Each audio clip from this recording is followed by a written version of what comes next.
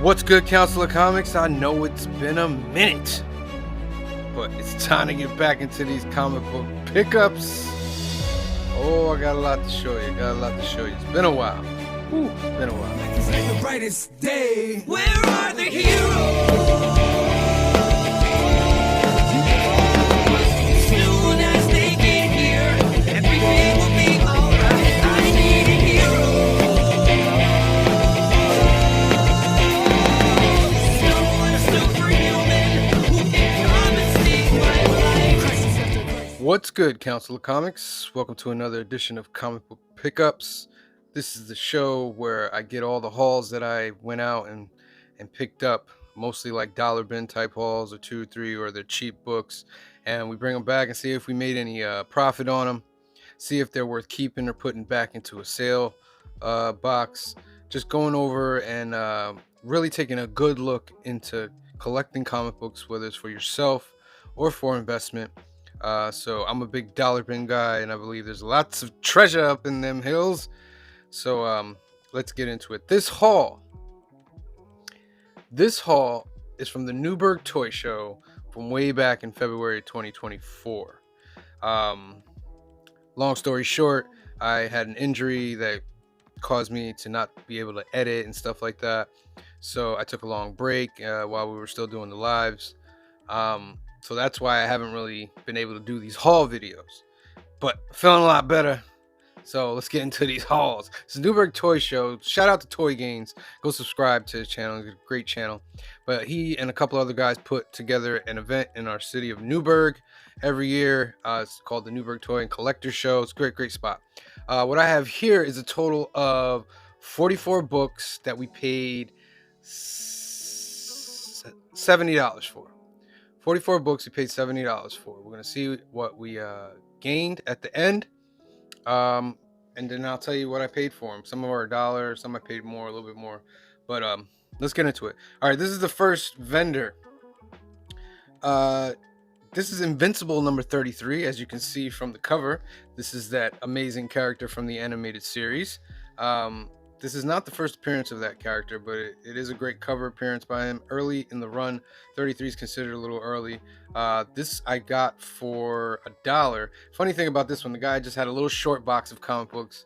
And I said, hey, what's up with the comics? He's like, oh, they're all $1. I was like, all right, cool. So I found 3 books out of this vendor. It's Invincible number 33, and it's worth $12 from 2006. Very nice. Let's try not to get that glare, right?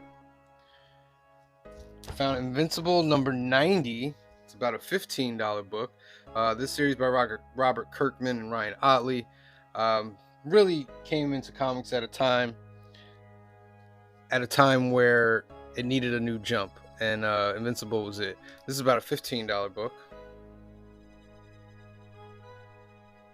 And then this great Invincible 105 cover. It's a $10 book. Very dope. Otley's pretty cool. This I got for $1 also. This is a $10 book. So that vendor got 3 books from him. $37 profit. So we're in the 30 plus range already. So that's great.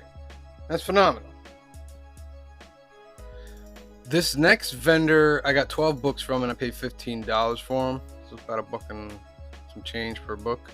So 12 books. Let's see what we got. I got a Heroes Return Steve Rogers Captain America issue number 1. It's only worth about $3, but it is an issue number 1.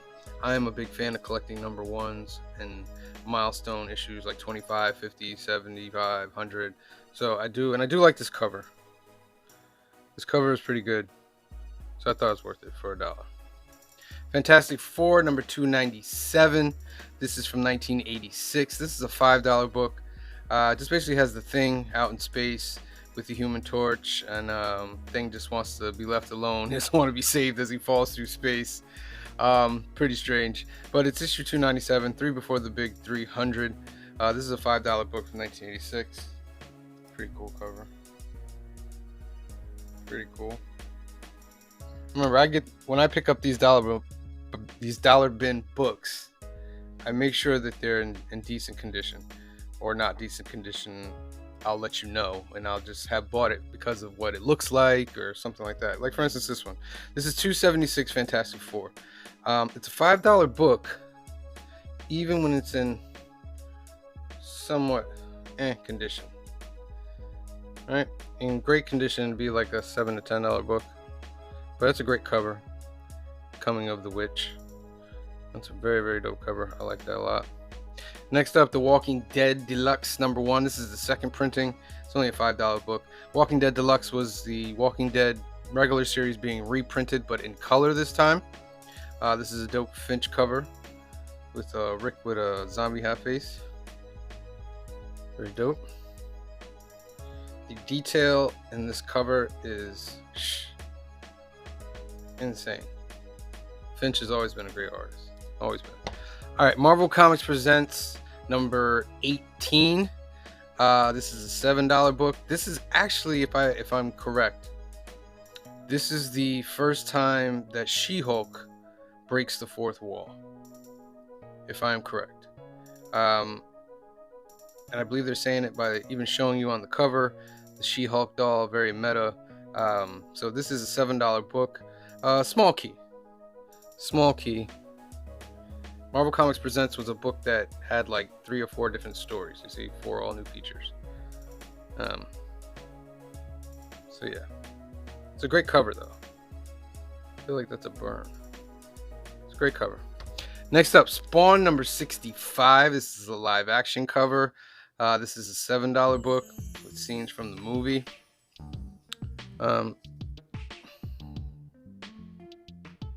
Spawn is probably the most successful independent comic book in the game. Spin-offs galore, had a movie, animated show, still rocking hard. Shout out to Toddy McFarlane. Spawn #55 with an amazing Capullo cover with McFarlane as well. $7 book. It's just a great cover. So great. Very nice. Just you can see like the fear, the tears, like it's crazy. It's crazy. Dope. Spawn 55. Very dope. This is the first appearance of Spawn's commando suit. It's a $7 book from 1996.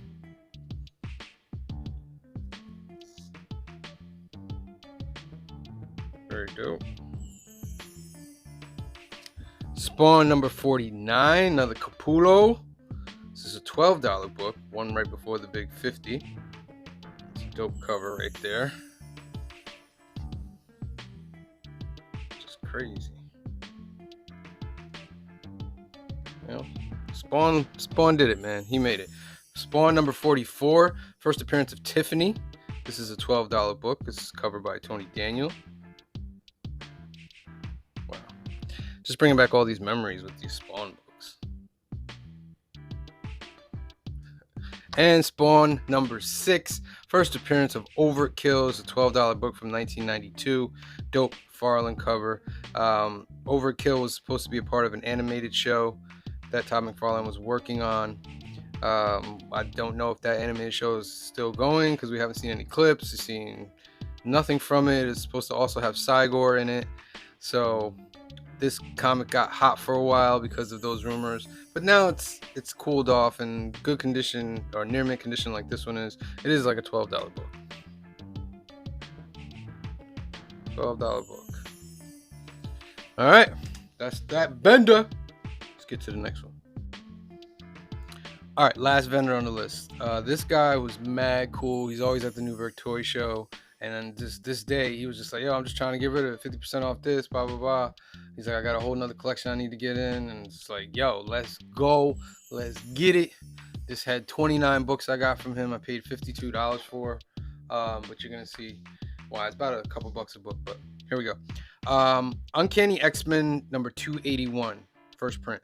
First X-Men Gold Team and the first appearance of Trevor Fitzroy. It's a $5 book. This came out at the same time as X-Men #1. This was drawn by Portacio, who was coming over from X Factor, and then Jim was moving to the second X-Men title that was coming out. This team was led by Storm.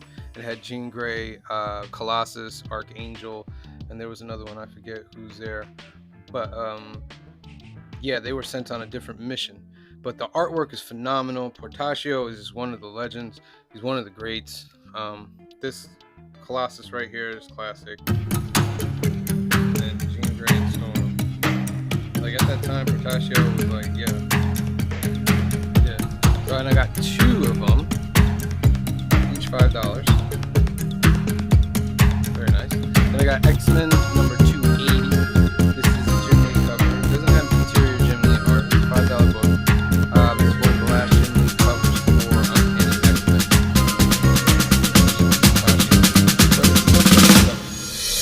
Dope Jim Lee cover.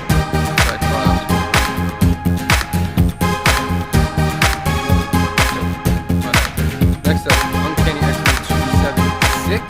This is a $7 book. This is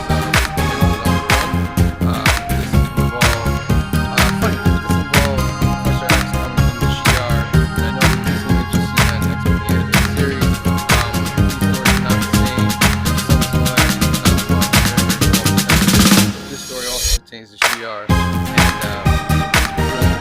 drawn by Jim Lee. It's like Prime X-Men, Prime X-Men number 275. Death of Paladin, $10 book. Fold down cover. Like a little one.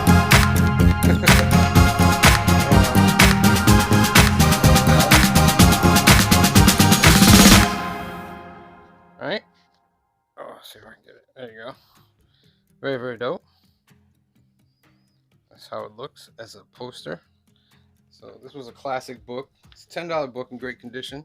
Love to see these slabbed. Get yourself like $75, $100 for it. Very nice. So I got 1, I got 2, and I got 3. I got 3 of them, man. Yes, I got 3. Very, very dope. Boom. Next up, Uncanny X-Men 274. Here's another link to the animated show. You saw flashbacks in the animated show where Magneto and Rogue were an item. Now, how it happened in the show isn't how it happened in the comics. This was when Rogue had died and she came back from the Siege Perilous. She ended up in the Savage Lands, and Magneto was in there, and they kind of like, you know, flirted, been together type thing. And that's from this storyline. And it's drawn by Jim Lee, written by Chris Claremont. Again, Prime X-Men right here. Dope, dope, dope. This is where you ran to the newsstand. Got 1 of those, 2 of those. Uncanny X-Men number 273. Jim Lee continuing on this as well as Chris Claremont. This is the first Wolverine versus Gambit. First Wolverine versus Gambit in a real fight. Not no training or anything like that, but in a real fight. By Jim Lee. Very, very dope. Dope. Uncanny X-Men 272. This was part of the Extinction Agenda. It was a 9-part summer crossover between X-Men, New Mutants, and X Factor at the time. In the year, I'm looking, 1991. Yeah, 1991. Had to deal with Genosha. Storm had also perished, and she came back as a child, and this is the issue where she gets transformed back into an adult, but the X-Men are trapped on Genosha, and it's a pretty dope story. This was the last before the big X-Men number 1 came out. This was their last crossover thing. It was pretty good. So you had Portacio on X Factor, you had Jim Lee on Uncanny, and you had LaFell on New Mutants. So it was a pretty powerful combination. I got 1 of those. I got 2 of those. Uncanny X-Men 271. Probably one of my most favorite. Is that a word? Probably. Why do I always watch what I say? I'm always worried about people. Why you didn't say it right? You didn't say it right. Okay, I didn't say it right. This is the bestest of the bestest of all the covers in which I love. Yeah, this was Prime X-Men, like I said. Extinction Agenda Part 4. This was when Wolverine and Psylocke and Jubilee, they had been separated from the X-Men for a while, and they were just now getting back to like helping them and stuff, and they joined in, and the X-Men were back together. Very dope, Jim Lee, and you know, that's why we do it all. Look at that. Look at that. Look at that. Look at that. Extinction Agenda Part 1, X-Men number 270. Uncanny X-Men 270 kicked off the whole event. Found out that Havoc was working with the Genosians. which is pretty wild. We got Jim Lee doing the art again. See, Storm's looking a little bit younger. She's not her full-grown state yet. Boom Boom, Warlock. There's Havoc with the Genosians. Very dope. Very dope. Got 2 of those. And then this is probably one of the best covers, in my opinion, as well. Uncanny X-Men number 269. This is when Rogue comes back from being dead. Jim Lee art, phenomenal. Right here is her and Carol Danvers going at it, because the backstory is the reason why Rogue has strength and is able to fly is because she permanently stole Carol Danvers' powers. And it was a pretty big event, but she's come back. She's fighting with the ghost of Carol Danvers. This is a dope cover. One of the best ever. In my opinion, one of the best ever. Got 1, got 2. Another one. Classic, iconic, Uncanny X-Men number 258. This is during the Acts of Vengeance. This is when Wolverine had been separated from the X-Men, and him and Psylocke and Jubilee were trying to find them and put them back together. They ended up going against the Mandarin, who was one of the big villains in the Acts of Vengeance summer crossovers. This is drawn by Jim Lee, written by Chris Claremont. Very dope. There's nothing more I can say. Just love it. And then when you always think about something, look at that Arthur Adams. That AA right there. Classic. 1990. Next up, Uncanny X-Men number 252. This was during the summer because it says now on sale twice a month. They used to do that during the summertime to get more money out of you. He wasn't paying $1 every month. He was paying $2. Imagine that. This is a Jim Lee cover as well. I don't believe he did the interior for this one yet. He was just doing covers at the moment, until he jumped on full board onto the his first X-Men art is X-Men 248, which is 4 issues before this, and then he jumps on the book at 265 and stays on the book all the way up until 277. So 277. Then he jumps on X-Men number 1. This has the Marauders. They capture Wolverine. They torture him, but Jubilee is gonna come along and help him out. It's pretty dope. Now we got X-Men number 3 from that famous series, Jim Lee series, greatest comic of all time. It's a dope cover of the X-Men blue and gold team going against each other. It's about a $5 book. You could find these a lot, but as long as it's in good condition. Awesome cover right here, X-Men number 7, Jim Lee. This is also a newsstand, as you can see. Omega Red, Wolverine, Jim Lee. Very dope. Have it as a first appearance of Cerebro, but there might be a variation on Cerebro. It might not be the original, because it can't be. It can't be. So this is one of the classic covers, especially a newsstand. It's a $7 book. Would look nice in a grade. Very nice.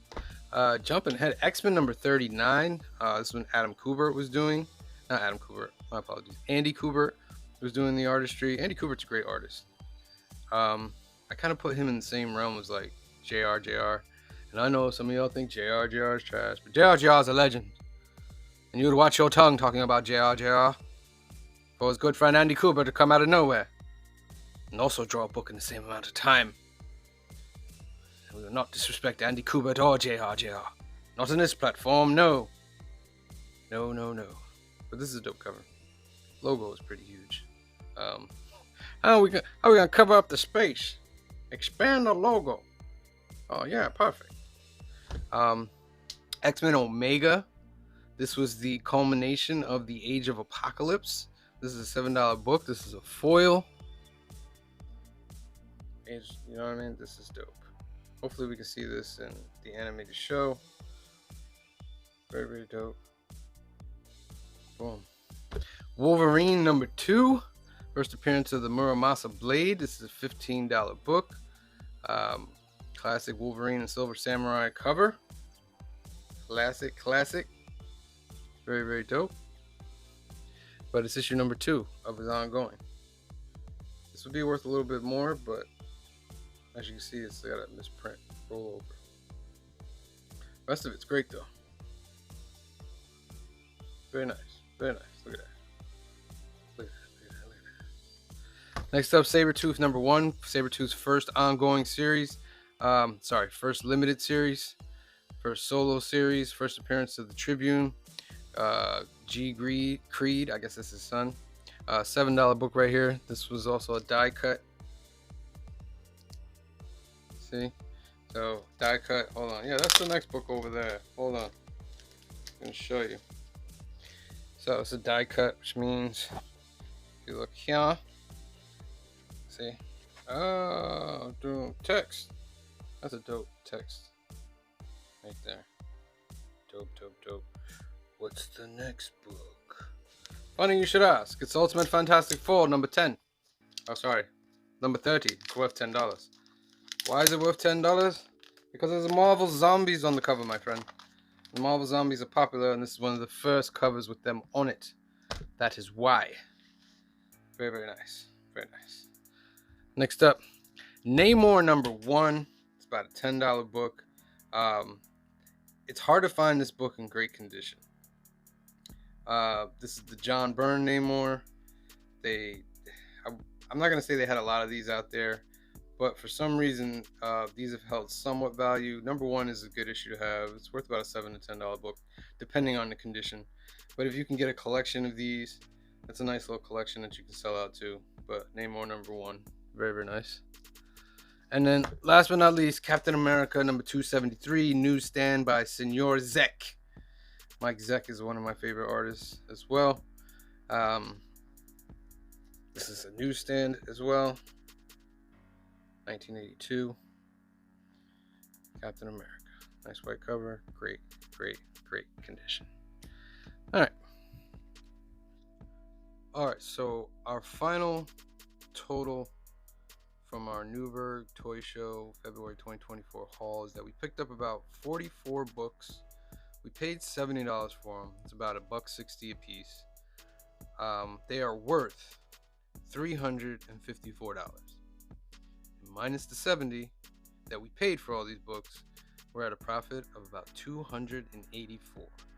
And you know my theory, if it goes over 100, you're winning. So we're at 284, that's over 200, almost at 3. Winning. There are certain books I would like to keep, but most of these I'm going to sell because I have most of these already. I would say about 80% I'm going to sell. And then there's a couple in there that I'll keep for myself. Maybe I'll keep another one of these because I just love this cover. This is just the epitome. Prime X-Men is what I'm saying. Prime X-Men right here.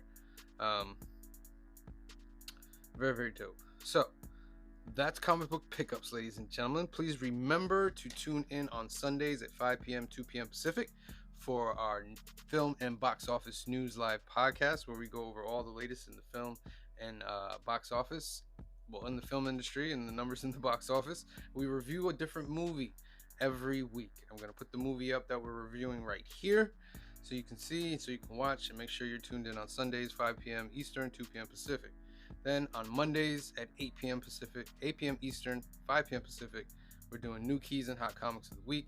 It's the home of the best monthly giveaway in comics, always valued about $250 to $300. It's a giveaway we do at the end of the month, and we give you chances across all the live shows to win ducks to be entered into the end of the month giveaway.